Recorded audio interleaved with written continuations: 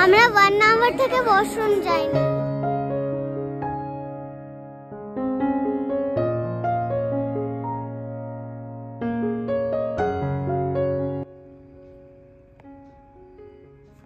যেতে হয় না, থাক ঘরে ঘুমোবি 11টা অব্দি, তারপর ট্যাব দেখবি। কি হ্যাঁ, তাহলে আমাকেও নিয়ে চলো, বল মাকেও নিয়ে যেতে হবে। চলো, ব্যাগ রেডি। গুড মর্নিং সরকার সাহা ফ্যামিলি, তোমরা সবাই কেমন আছো? আশা করি তোমরা সবাই খুব ভালো আছো, সুস্থ আছো। আমি স্বরূপা। তো তোমরা এই ব্যাগ প্যাক করা দেখে ভাববে আদি আবার কোথায় যাচ্ছে। তো আদিদের আজকে আছে স্কুলের ট্রিপ। তো এই সকাল সকাল ঘড়িতে বাজছে এখন 5টা, বেরিয়ে যাবে এই সকাল সকাল আর্লি মর্নিং, ফিরবে সেই সন্ধেবেলা করে হয়তো। তো তাই সারাটা দিন ছেলেটা ঘরে থাকবে না। আর এখন সাউথের যা অবস্থা, মানে বৃষ্টি যা হচ্ছে, তাই একটু টেনশনও হচ্ছে। সারাটা দিন ছেলেটা বাইরে থাকবে, যদিও স্কুলের সঙ্গে যাচ্ছে, যদিও তাও হলো, কিন্তু মা বাবার মন তো জানোই। আর আমাদের তো অবস্থা বুঝতেই পারছো, সবে ধর নীলমণি বলে না একটাই, তাই একটাকে ঘিরেই আমাদের সমস্ত জগৎটা। তো যাই হোক, ওকে ছাড়তেও মন চাইছে না, মনে হচ্ছে ওর সঙ্গে যদি আমিও যেতে পারতাম খুব ভালো হতো। তাই ওর বাবা যাচ্ছে ওকে ছাড়তে স্কুলে।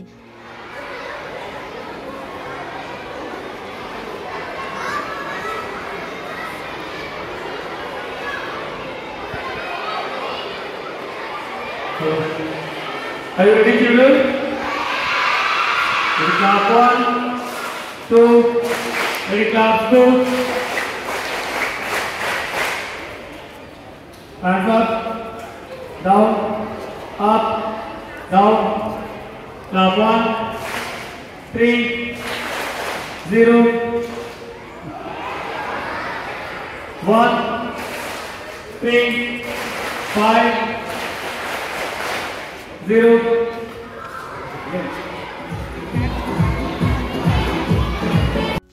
এই যে এবার একে একে এক একটা সেকশন করে যাচ্ছে, বাসে উঠছে। আর যারা বাকিরা আছে তাদেরকে এখন করছে ওয়ার্ম আপ, একটু চাপ করার জন্যে। দেখে এত ভালো লাগছে, নিজেদের ছোটোবেলার কথা মনে পড়ে যাচ্ছে। আমরাও যখন পড়তাম পাঠভবনে, আমাদেরও কিন্তু ডে আউট হতো, আউটিং হতো। আমরাও এক দিনে মামা ভাগ্নে পাহাড় এসব ঘুরতে যেতাম, পুরুলিয়া সাইডে ঘুরতে যেতাম, কি মজাও হতো। তাই জন্যই ছাড়া কেন, আমরা যে মজাটা করে এসেছি, যে ফিলিংসটা আমাদের ছিল এই একদিন বন্ধুদের সঙ্গে বেড়াতে যাওয়ার জন্য, সারাটা দিন বন্ধুদের সঙ্গে থাকবো, তাই চাইনি আদি সেটা থেকে বঞ্চিত হোক। তাই যখনই স্কুলে কিছু প্রোগ্রাম হয়, আমি সবসময়, যতই আমার মনটা মনে হয় যে না যেতে দিলেই হয়তো ভালো হতো, কিন্তু তাও ছাড়ি, কেন আমি চাই না ও এই এক্সপিরিয়েন্সটা মিস করুক। তো যাই হোক, আদিকে দিয়ে এসে আমি আর ওর বাবা সকাল সকাল একটু বেরিয়ে পড়েছি আমাদের নিজেদের কাজে মানে গ্যাসের জন্যে। গ্যাসটা বুক করেছিলাম, তো মেসেজ এসেছিলো যে KYCটা নাকি আপডেট নেই, তাই গ্যাস দিচ্ছে না, ডেলিভারি লেট হচ্ছে। তাই এখন সেখানে অফিসে পার্সোনালি যেতে বলেছে আপডেট করানোর জন্যে। তাই আমি আর সাহা সকাল সকাল বেরিয়ে পড়েছি, ওই গ্যাসের ওখানে যাচ্ছি, এজেন্সির ওখানে KYCটা আপডেট করাবার জন্যে। আর মেঘের অবস্থা দেখছো তো, এক ফোঁটা রোদের দেখা নেই, কি সুন্দর ছায়া ছায়া মেঘলা মেঘলা। যদিও এইরকম ওয়েদারে কোথাও বেড়াতে যেতে বা রাইডিং বলো, লং ড্রাইভ বলো, বেশ ভালো লাগে। তোমরা কি বলো? আর এত ব্যাঙ্গালোরে গাছপালা না, এই গাছপালার মধ্যে দিয়ে যেতে যেতে কিন্তু বেশ ভালো লাগে, আর সুন্দর একটা ফুরফুরে হাওয়া। তো প্রায় পৌঁছেই গেছি, এই যে গ্যাস এজেন্সির কাছে চলে এসেছি। চলো কাজটা সেরে নিই, তারপর আবার বাড়ি ফিরবো।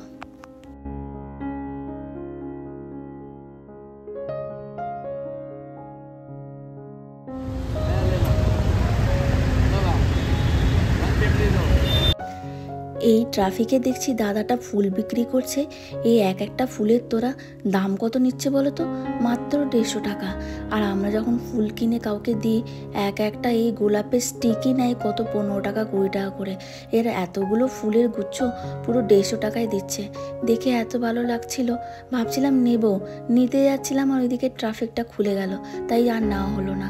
তো যাই হোক, কিন্তু অতগুলো ফুল মাত্র 150 টাকায় খুবই সস্তা। তুমি সারা দুপুর বৃষ্টি হয়েছে, এখানে যে অবস্থা বৃষ্টিতে জানি না কি হবে। সারা দুপুর বৃষ্টি, এখনও হয়তো টিপটিপ করে বৃষ্টি পড়ছে। আর ঘড়িতে পারছে প্রায় 5:30 বেজে গেছে। 6টা নাগাদ আদিদের ঢোকার কথা স্কুলে, তো আমাদেরকে ওখান থেকে পিক আপ করতে হবে, প্যারেন্টস পিক আপ। তাই আমি আর সাহা এখন বেরিয়ে গেছি। অবস্থা দেখতেই পাচ্ছ, জ্যাকেট ফ্যাকেট পরে, ঠান্ডাও সেমনি, বাইরে বেরিয়ে গেছি আদিকে আনার জন্য। তো যাই দেখি, সারাদিন এই ঘুরলো, তার মধ্যে আবার বৃষ্টি কীরকম আছে কি জানি না, তো গেলেই বোঝা যাবে। তো এখন যাচ্ছি আদিকে আনতে। বৃষ্টির জন্য ব্যাঙ্গালোরের রাস্তাঘাটের এখন অবস্থা খুব খারাপ। আদিদের স্কুল যাবার পথে এইখানে এমন জাম লেগেছে, আর রাস্তার মধ্যেখানটা কোত্থেকে গর্ত হয়ে গেছে, তাই নোংরা জল, মানে ওই ড্রেনের জল, এই জলে ভর্তি, মানে এখন যাতায়াত করাও খুব মুশকিল। রাস্তাঘাটের এমন অবস্থা দেখতেই পাচ্ছ। তো যাই হোক, ফাইনালি পৌঁছালাম কোনোরকমভাবে এই স্কুলের কাছাকাছি। এবারে স্কুলেই পৌঁছেই গেছি। এখন শুধু মনে হচ্ছে কতখানি চোখটা আমার ছেলেটাকে দেখবে। সারাটা দিন ছেলেটা বাড়ি নেই, আর বিশেষ করে যেহেতু বাইরে গেছে, স্কুলে থাকলে একটা অন্যরকম ফিলিংস থাকে, যেহেতু বাইরে গেছে তাই এখন চোখ শুধু খুঁজছে যে আমার ছেলেটা কোথায়, কতক্ষণে একবার চোখের দেখা দেখতে পাবো। আমাদের মা বাবাদের বলো, বড় হলে আমরা যেমন একজনের মা, মানে ছেলে সন্তান, তাদেরও হয়তো এরকমই হয়। আর এখন সেই ফিলিংস আমাদেরও হচ্ছে।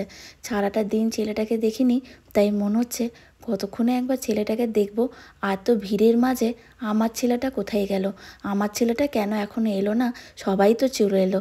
মা বাবার এইটা মনে হতেই থাকে।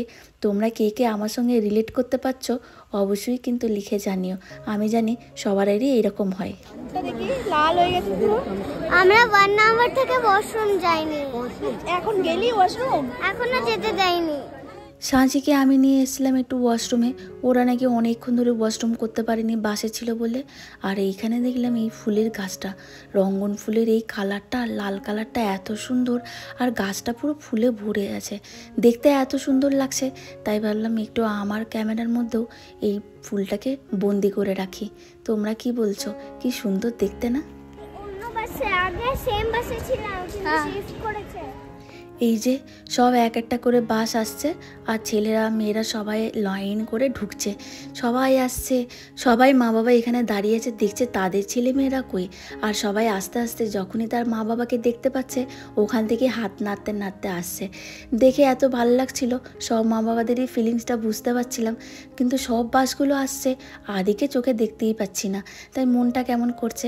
এই যে ফাইনালি আমার ছেলেটা আমাকেও হাত দেখাচ্ছে ওখান থেকে।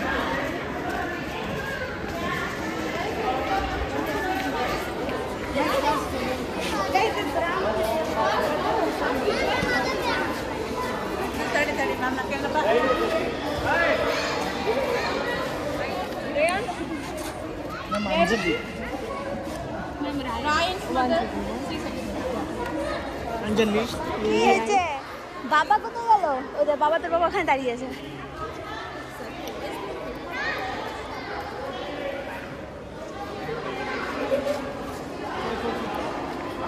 ঘেমে কি হয়েছে রে? ওখানে কি হয়েছিল? ছেলে পুরো স্ক্র্যাচ করে দিয়েছিল, রক্ত বেরোচ্ছিল। এইখান থেকে স্ক্র্যাচ করে দিয়েছে রাইট হাতে, আর লেফট হাতে। নিয়ে ভালো ভালো জায়গা ছিল। হ্যাঁ, কি ছিল? মানে modern village, model village. Model village, ভিলেজে মানে- মডেল ছিল সব দাঁড় করানো, সাজানো। বাড়ি ফেরার পথে একটু মোমো কিনে নিয়ে এসেছিলাম।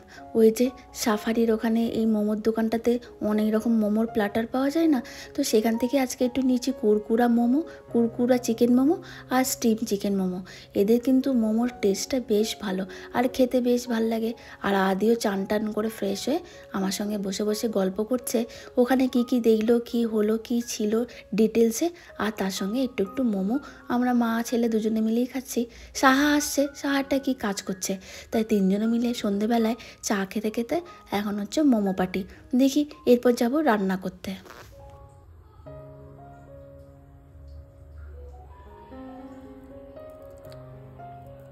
ফ্রিজে দেখলাম একটু বাসা ফিশ পড়ে আছে।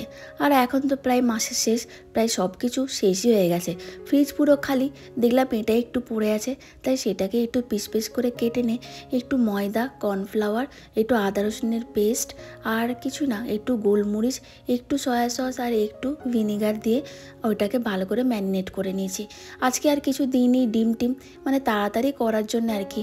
আর সেরকম করার আজকে কোনো এনার্জিও নেই, তো একটুখানি ম্যারিনেট করে আর তার উপর থেকে ছড়িয়ে দিয়েছিলাম জোয়ান অনেকটা, সব কিছু মিশিয়ে এখন সেই মাছগুলোকে একটু একটা একটা করে ভেজে নিচ্ছি।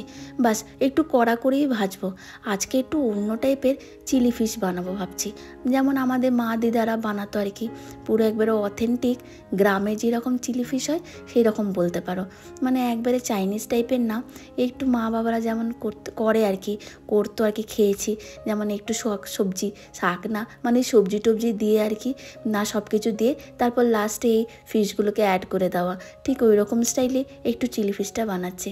তো মাছগুলো ভাজা হয়ে গেছে, আর এর মধ্যে এই যে কেটে রাখা সবজি, একটু ক্যাপসিকাম, পেঁয়াজ, একটু মাশরুম লম্বা লম্বা করে কেটে নিয়ে ওই যে ম্যারিনেট করা মশলাটা ছিল ওটার মধ্যে মিশিয়ে দিয়ে ওটাকেও এই একই প্যানে একই তেলের মধ্যে দিয়ে ওটাকেও একটু ভালো করে এই সবজিগুলোকে হালকা করে ফ্রাই করে নিলাম।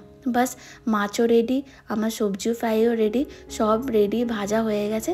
এবার জাস্ট একটুখানি সসটা বানাবো, তাহলেই আমার চিলি ফিশটা রেডি হয়ে যাবে।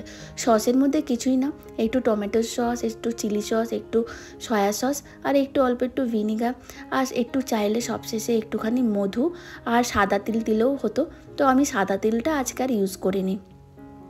সসটা ফুটে আসার পরে সবজিগুলো ওর মধ্যে মিক্স করে দিয়েছিলাম। বাস এবার দেখছি একবারই হয়ে গেছে। আর সবশেষে একটুখানি কর্নফ্লাওয়ার গোলা জল দিলে আর একটু থিকনেসটা বাড়ানোর জন্য, থিকনেসটা করার জন্য একটু কর্নফ্লাওয়ারগুলো জল, আর এখন এই যে ভেজে রাখা মাছগুলোকে ওর মধ্যে দিয়ে দিচ্ছি।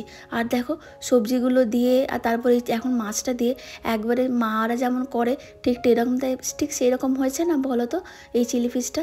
তাই বললাম যে মা দিদারা যেমন করতো সেই রকম আমলের চিলি ফিশ আজকে বানাবো। তো আমার চিলি ফিশ প্রায় রেডি, এর সঙ্গে হবে গরম গরম রুটি, আর তাড়াতাড়ি খেয়ে নেব। কেন আদি আজকে সারাদিন ঘুরে এসছে তো বেশ টায়ার্ড, দেখলাম বসে বসেই ঢুলছে, মানে ওর ঘুম পেয়ে গেছে, তাই একটু তাড়াতাড়ি রান্না করছি। এই রুটিটা হয়ে গেলেই ওকে আগে খাইয়ে দেবো, তারপর ওকে শুয়ে দিয়ে তারপর আমি আর সাহা খাবো। তো চলো আজকের ব্লগটাও এখানে শেষ করছি। আশা করছি তোমাদের ভাল লাগবে। ভাল লাগলে অবশ্যই কিন্তু লিখে জানিও তোমাদের কেমন লাগলো। আর জানো তো 2 দিন ধরে আমি কিন্তু ব্লগ দিচ্ছি, কিন্তু সেটা আমার ইউটিউব ফ্রন্ট পেজে আসছে না বলে হয়তো তোমরা অনেকেই দেখতে পাচ্ছ না। তাই তোমরা যদি চাও ডাইরেক্ট আমার পেজে সার্চ করে দেখতে পারো ভিডিওগুলো। আর তোমরা সবাই খুব ভালো থেকো, সাবধানে থেকো। আর আজকের ব্লগটা কেমন লাগলো অবশ্যই কিন্তু লিখে জানিও। জানি না আজকের ব্লগটা ফ্রন্ট পেজে আসবে কি না, কী প্রবলেম হচ্ছে বুঝতে পারছি না।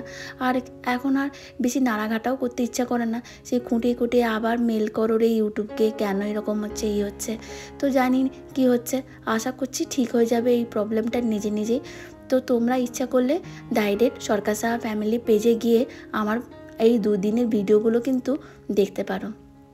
তো চলো রাখছি তাহলে আজকে, সবাই খুব ভালো থেকো, সাবধানে থেকো, বাই বাই অল।